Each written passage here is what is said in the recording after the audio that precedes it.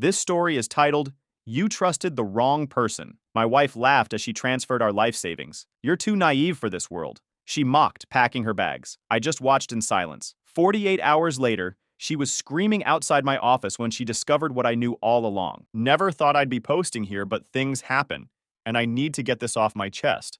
Throwaway account for obvious reasons. For context, I, 33 male, was with my wife, 31 female, for about 7 years. Married for 4 of those. The first few years were straight up perfect, no cap. We were that annoying couple everyone rolls their eyes at. Inside jokes, finishing each other's sentences, all that cliche crap. You know the type. Those people you kinda hate on social media, but secretly wish you had what they had. We had our system down. I'd handle bills and investments. I work in IT, so numbers are kinda my thing. She'd take care of the social calendar and house stuff. We'd do these dumb movie marathons where we'd argue for like an hour about what to watch, then end up watching the same Marvel movies we always did. She'd plan these elaborate date nights, and I'd surprise her with her favorite Thai takeout after a rough day at work. Honestly thought we had this whole relationship thing figured out. My parents never really approved though. My older brother was always their golden child. Doctor, perfect wife, big house, the whole package. Meanwhile, I was just the guy who married beneath our family status, according to my mom. What are we, the freaking Bridgertons? They'd tolerate my wife at family gatherings, but never really welcomed her. I ignored all that noise because I thought we were solid. Then a couple of months ago, shit started to change. At first, it was small stuff you might not even notice if you weren't paying attention. She started taking her phone everywhere, like even just to go to the bathroom or grab something from the kitchen. Before this, her phone would just sit on the coffee table for hours, and she couldn't care less who picked it up. She'd even ask me to reply to texts for her if she was cooking or something. I made this joke one day like, "Damn, you running some drug operation I don't know about?" She laughed it off and said work was emailing her a lot. Cool, whatever. But then a few days later, she locked that shit down with a password. That caught me off guard because she never used one before. When I asked about it, she mumbled something about security and hackers. Didn't push it because I didn't want to seem paranoid, but something felt off. The weird shit kept piling up. She started stepping out of the room for calls, something she never did before. It wasn't subtle either. Her phone would ring and she'd be like, "Oh, let me grab this real quick," and bounce to the bedroom or out to the porch. If I asked who it was, she'd just say, "Just a friend from work," without any details. Like, she used to put calls on speaker and include me in convos with her friends, and suddenly everything was all hush-hush. Then there was this new habit of keeping her phone face down. Didn't even notice it was weird, until one day I reached for something near her phone, and she snatched that shit away so fast it was like watching a ninja move. I literally spilled my coffee, and she acted like I was the weird one for being startled. Her style changed too. Started wearing these fancy outfits to work. New dresses, heels, makeup all done up. When I complimented her one morning, she just shrugged and said, "Just trying something new." Mind you, this is a woman who used to live in hoodies and jeans and would joke about how much she hated uncomfy clothes. She even started getting her nails done regularly, something she used to call a waste of money. Our bank statements started looking different too. Small charges at restaurants I'd never heard of, a hotel bar downtown, YTF is my wife at a hotel bar, stores she'd never mentioned shopping at. Nothing huge, but definitely not our usual spots. When I asked about a $75 charge at some place called The Loft, she got all defensive saying it was just drinks with coworkers. But I knew for a fact her team always hit up this Irish pub after work, not whatever the hell The Loft was. She started working late a lot too. Like her normal hours were 9 to 5, but suddenly she's not getting home till 7 or 8, saying they had team meetings or deadline crunches. I work in corporate too, and I know deadline crunches happen. But every week? For months? Something wasn't adding up. All these little things were adding up, but I kept telling myself I was overthinking it. Maybe she was just going through some phase or whatever. Didn't want to be that jealous, controlling husband questioning her about every little thing. But deep down, I knew something was up. I started feeling like I was going crazy, you know? Like, am I just making up patterns that aren't there? Is this normal relationship evolution and I'm being paranoid? But man, when your gut is screaming at you that something's wrong, there's usually a reason. But as the weeks went on, she started feeling distant as hell. Conversations that used to flow easy now felt like pulling teeth. We used to talk for hours about random crap, movies, work gossip, future plans, but now it was just basic roommate talk. Did you take out the trash? We need more milk. That kind of surface level BS. Anytime I'd bring up future plans, like Where should we go for our anniversary? Or should we start saving for a new car? She'd just nod and say, yeah, we'll see. Then change the subject real quick. One time I mentioned maybe taking a trip to Hawaii next year, something we always talked about doing, and she legit looked panicked for a second before mumbling something about not planning that far ahead right now. The day it really clicked for me was this random Wednesday about a month ago. She told me she was meeting a friend for coffee after work. Sounded normal, she does that sometimes. I happened to be in the same area running errands, needed to grab a birthday gift for my nephew, and thought, why not surprise her? Could be cute. Maybe we could grab dinner after or something. When I got to the coffee shop, though, she wasn't with any friend. She was outside pacing back and forth with her phone pressed to her ear, looking all intense. I stayed in my car because something about her body language looked serious AF. Wasn't trying to spy on her, but I couldn't help overhearing bits like, it's almost ready, and starting fresh soon. She was doing that thing people do when they're trying to be quiet in public, but actually end up being super obvious.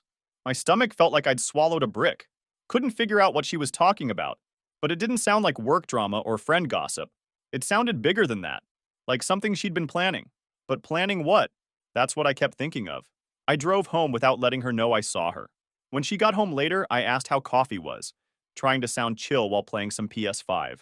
She gave me this whole detailed story about her friend Melissa, venting about boyfriend problems, and how she was giving advice and being supportive. The crazy thing? Melissa's been married for 2 years. No boyfriend problems to vent about. My wife didn't even realize she'd messed up her own lie. I nodded along, pretending to buy it, but my brain was in overdrive. What the hell was going on? Why lie about something so basic? Was I being paranoid?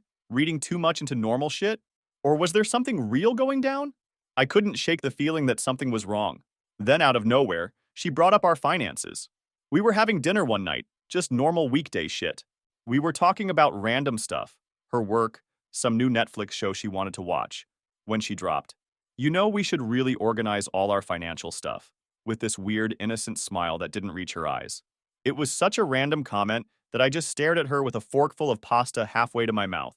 What do you mean? I asked. She shrugged. I just think we should have everything in one place. You know, like all our account info, passwords, documents, that kind of thing, just in case of emergencies. I had no idea what to say. We'd never talked about this before, and the timing felt sketchy, considering all the other weird shit I'd noticed. What kind of emergencies? I asked, trying to sound normal while my internal alarm bells were going crazy. She shrugged again, pushing her food around her plate. It's just smart, isn't it? What if something happens to one of us? Or what if we need to make a big financial decision quickly? Her explanation made sense on the surface, but something about how she said it set off alarms. It sounded rehearsed, like she'd been waiting for the right moment to bring it up. She couldn't even look me in the eye while saying it. I nodded and said, yeah, I guess that's a good idea. But inside I was freaking out. Why now? Why suddenly care about organizing our finances when she'd never given a crap about that stuff before? This is a woman who once called our 401k boring adult thing and zoned out whenever I talked about investments. That night, I couldn't sleep. Just laid there watching her sleep, wondering if I even knew who she was anymore. The next morning, I made a decision. On my lunch break, I made a quick trip to this electronics store near my office and picked up a voice-activated recorder. If she spends that much time on the phone, she must be calling someone. Felt like a total creep buying it. The guy at the counter gave me this knowing look like, trouble at home, huh? And I wanted to crawl into a hole. Part of me felt guilty. Like, this is some serious spy movie shit, right? Recording your own wife? But something inside me kept saying this wasn't just random paranoia. All these little things were adding up to something bigger, and I needed to know what I was dealing with. I also started paying closer attention to her schedule. She said she had a work dinner that Thursday, so I casually drove by her office around 6:30. The parking lot was practically empty, and her car was nowhere to be seen. Could she be at a restaurant with coworkers? Sure, but combined with everything else, I was starting to think otherwise. I checked our cell phone bill too. There was this one number that kept showing up, especially during those times she was working late or having coffee with friends. Like dozens of texts back and forth, and calls that sometimes lasted an hour. The contact wasn't saved in our shared family plan account, just a number. Some of you might be thinking I'm being controlling or paranoid. Believe me, I've asked myself that too. But when you've been with someone for 7 years and they suddenly start acting like a different person, when the patterns you've built your relationship on start changing overnight, something's up. I didn't want to jump to conclusions, though. Needed solid proof before I made any accusations. Marriage counselors are always saying communication is key, right? But how do you communicate with someone who's clearly hiding something and lying to your face? A couple days after I bought the recorder, she brought up the financial shit again. We were in the kitchen, I was making a sandwich, and she was on her phone, when she randomly said, "Have you thought more about organizing the bank stuff? Like, do you know where all the account details are?" I put down the knife and looked at her. "Okay, what's going on?" I asked, trying to keep my tone light but firm. "You've been bringing up the finances a lot lately. Is there something we need to talk about?" She looked up from her phone, surprised, like she didn't expect me to question her. Her eyes got all wide for a second before she recovered. "No, nothing's wrong," she said quickly, giving a fake laugh that sounded forced as hell. "I just think it's important. That's all. You know, for emergencies." Again, the emergency excuse. "Emergencies like what?" I pressed. I could tell she was bullshitting me, and I wasn't letting it slide this time. She shrugged, her face going blank. "I don't know, just life stuff. It's not a big deal, I promise. I just think it's something we should get on top of." She went back to scrolling on her phone like the conversation was over. Her answer was vague as hell. I nodded and dropped it, but the way she dodged giving a straight answer only made me more suspicious.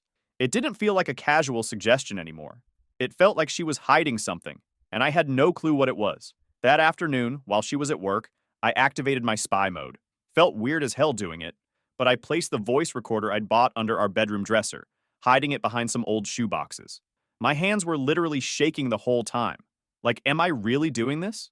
Have I become that guy who spies on his wife? But at the same time, all these red flags were basically screaming in my face. Sometimes you gotta trust your gut, even when your heart doesn't want to believe it. For the next 2 days, I acted completely normal.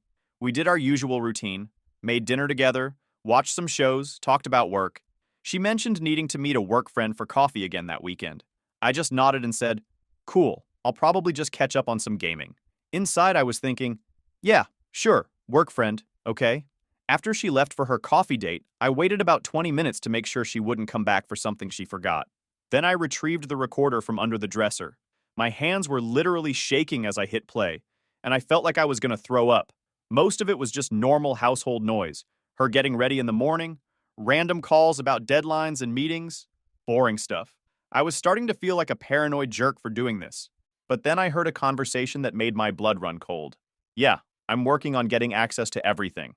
Her voice came through clear as day. "He has no idea." Such a trusting idiot. A pause. I know. I know. "Look, I just need a few more weeks to get the accounts organized, then we can move on the transfer. The house in Tampa is perfect, Jason. We'll be living the dream while he's trying to figure out what happened." Jason, her coworker from the marketing department, the one she'd mentioned a few times as just a work friend. That just a work friend bullshit was all starting to make sense now.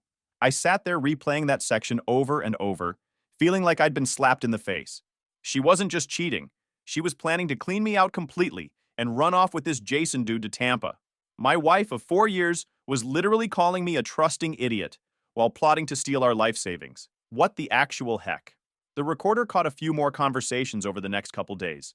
More plans, more details about accounts, more insulting comments about me. Honestly, hearing her laugh with him about how clueless I was hurt more than the cheating itself. The stress was eating me alive, so I reached out to my boy Mike. We go way back to college days, and he's got my back no matter what. I invited him over for coffee while my wife was at another work event and told him everything I'd heard, trying not to sound like I was losing my mind. "Look," he said after I explained, "I'm not saying something's definitely going down, but you're not crazy for being suspicious. If you're worried about protecting your money, now's the time to do it. Better safe than sorry, my dude." He gave me a rundown of what I could do, basic steps to make sure my finances were secure if something was happening. Not gonna lie, the idea of taking steps like that felt extreme. But the recording didn't leave much room for doubt. I kept replaying memories in my head.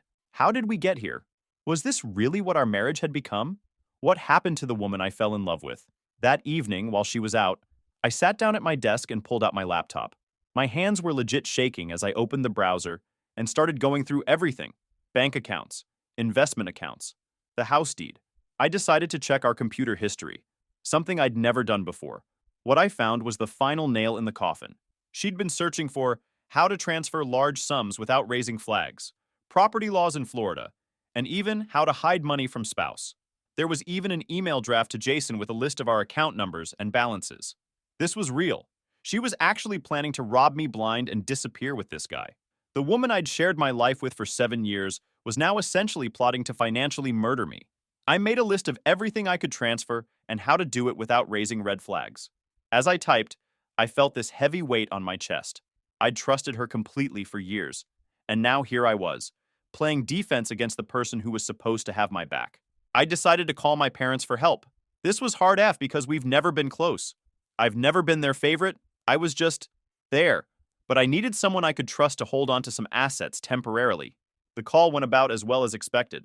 "Mom, I need a favor," I started, my voice tense. "What is it?" She sounded annoyed already, like I was interrupting something important. "I need to transfer some assets to your name temporarily. It's a protective measure. I think my wife might be planning something." The silence on the other end was deafening. "Absolutely not," she finally said. "I always knew she wasn't right for you, but now you're accusing her of stealing? This is ridiculous." "Mom, I'm not making this up. I've seen—" "No," she cut me off. "I won't be part of your paranoid delusions. Your wife has been nothing but good to you. Better than you deserve, honestly." That stung. Even when I needed them most, they couldn't take my side. They'd always liked her more than me anyway. "Maybe if you'd made something of yourself like your brother, you wouldn't be so insecure," she added, twisting the knife. I hung up without saying goodbye. Should have known better than to expect support from them. With my parents out as an option, I called Mike back. "My parents aren't going to help," I told him, trying to keep my voice steady. "Damn, that's cold," he said. "Look, I've got a cousin who's a lawyer. Let me call him, see what options you have." By the end of the night, I had a plan. Mike's cousin explained how I could create a trust and move assets there. It wasn't ideal, but it was something. Better than sitting around waiting to get screwed over. Over the next week, I quietly moved most of our assets into the trust.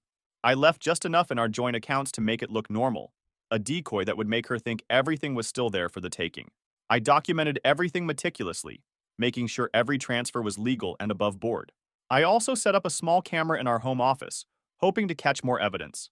The recorder had given me the confirmation I needed, but having video would make my case airtight if things went to court. All this time, I played dumb. I nodded along when she mentioned organizing our finances. I acted normal when she came home late from work meetings, and I pretended not to notice when she'd take calls from her mom, but the caller ID clearly showed a different name. It was the hardest acting job of my life, but I knew I needed to play it cool until everything was secured. As Mike's cousin said, "The element of surprise is your best friend right now." 2 weeks went by and things seemed normal? Too normal, actually. She was acting more affectionate, initiating conversations about random stuff like work or dinner plans.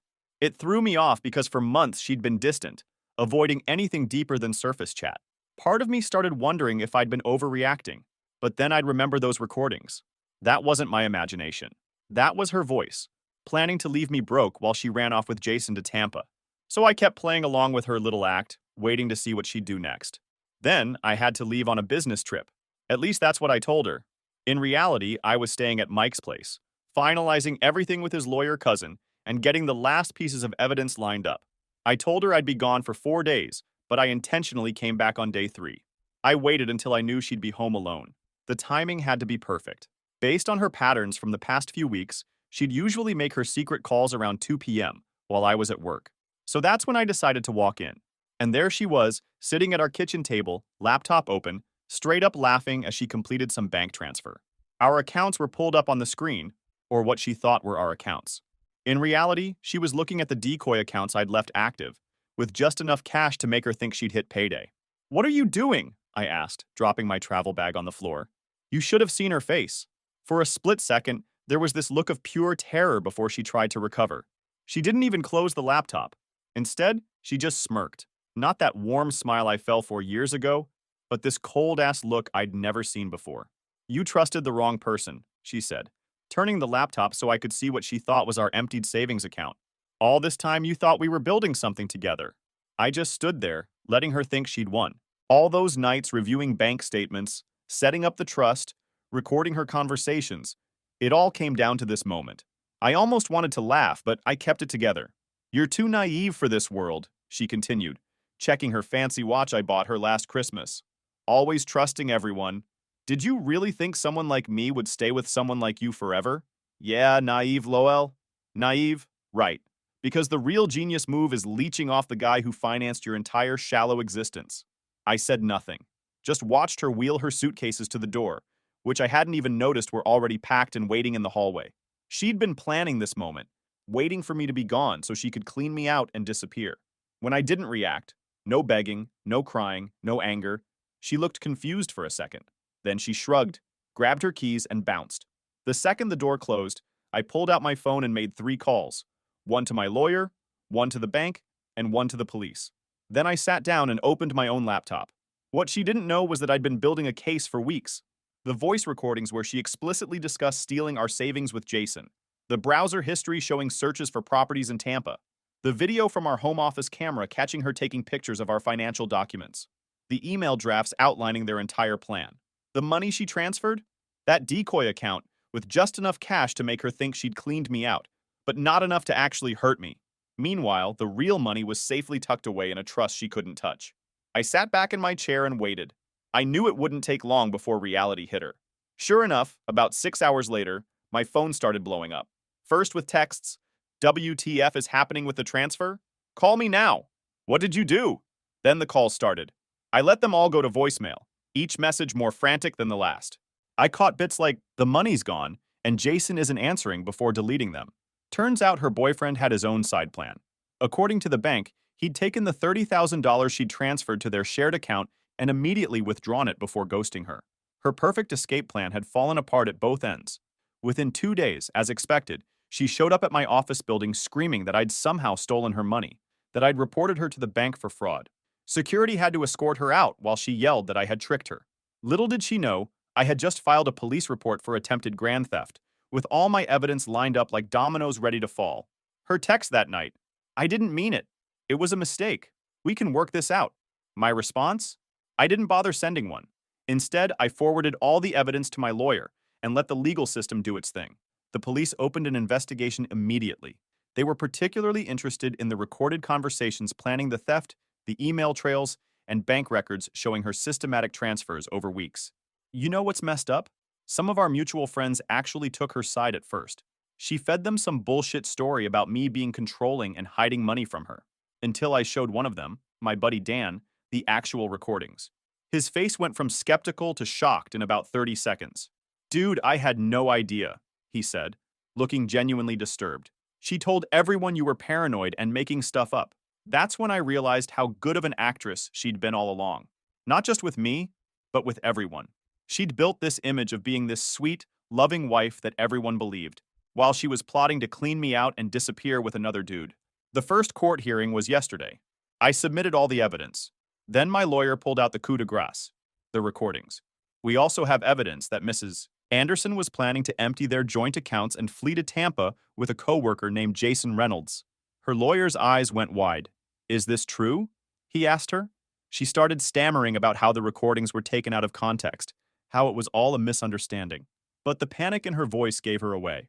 My lawyer continued, "We have browser history showing searches for properties in Tampa, voice recordings explicitly discussing the plan to transfer funds without my client's knowledge, and video evidence of Mrs. Anderson photographing financial documents." He then played a short clip from one of the recordings. Her voice filled the room. "He has no idea. Such a trusting idiot. Once I get access to everything, we can transfer it all out." Her face went white. The mediator's eyebrows shot up so high they almost flew off her face. Her lawyer, looking pissed at being blindsided, asked for a recess to speak with his client privately. When they returned about 15 minutes later, his demeanor had completely changed. He was now requesting a reasonable settlement, rather than demanding half of everything. She was beyond pissed. "You're unbelievable," she snapped, leaning forward across the table. "I can't believe you'd do something like this to me." I still didn't respond. What was there to say? This wasn't about me doing something to her. This was about protecting myself because she'd made it clear she wasn't leaving, without trying to clean me out. The mediator, trying to keep things professional, suggested we take a break and reconvene next week after emotions have settled. But it was obvious to everyone in the room that they were screwed.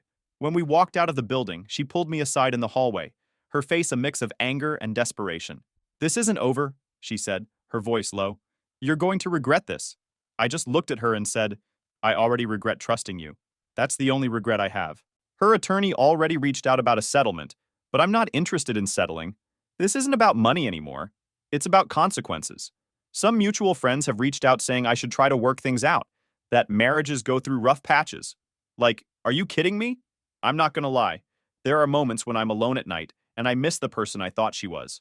But then I remember her voice on that recording, calling me a trusting idiot, and I remember this person never existed in the first place. For now, I'm staying at Mike's place.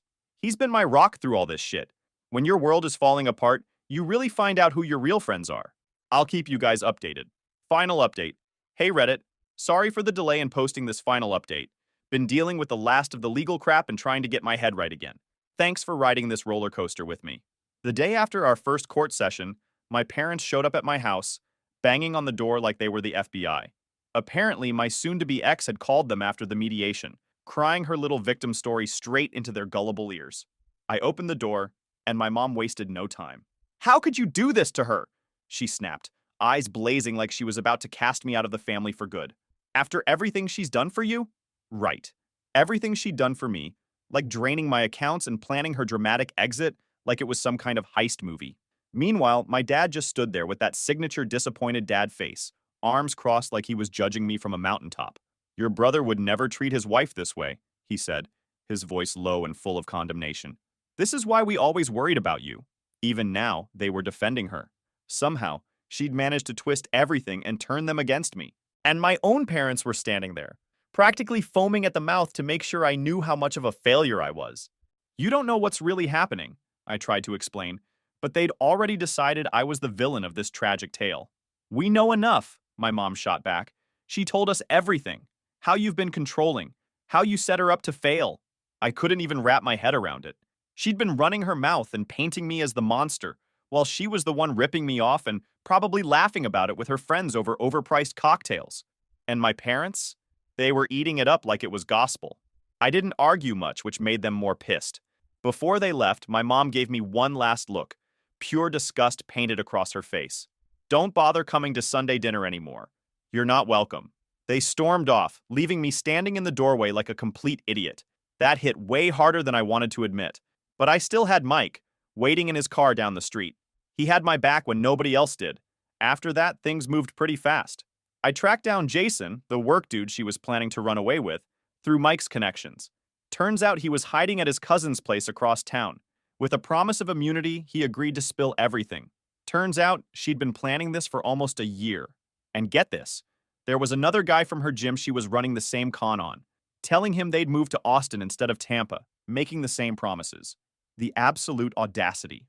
Jason agreed to testify, which was the final nail in her coffin.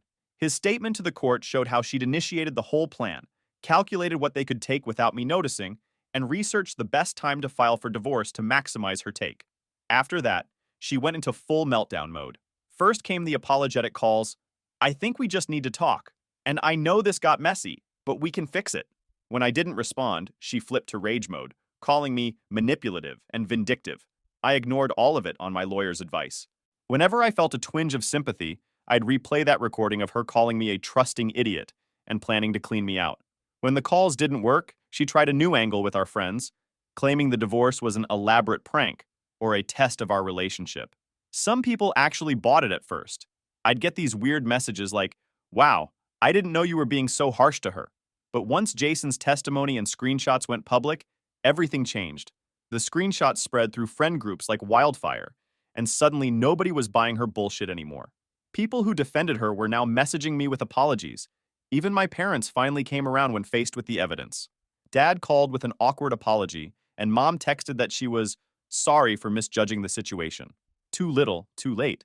I told them I needed space. By the time the divorce was finalized last week, she had nothing but her personal stuff. Her lawyer dropped her case after the Jason revelations.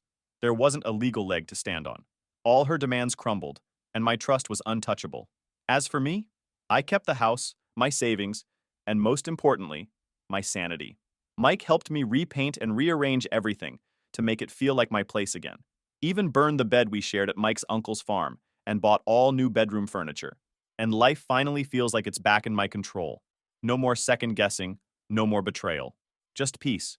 Some people, like my parents, are still trying to reconnect, but I'm keeping my distance for now. Some bridges stay burned. For anyone going through similar shit, document everything, trust your gut, and know who's really on your side. And get a good lawyer. That part's non-negotiable. This is my last update. Life goes on, and mine is finally moving in the right direction. Thanks for all the support, Reddit. It meant more than you know. Edit. To everyone asking if I'll ever take her back, are you serious? There's no coming back from what she did. This isn't a rom-com, this is real life.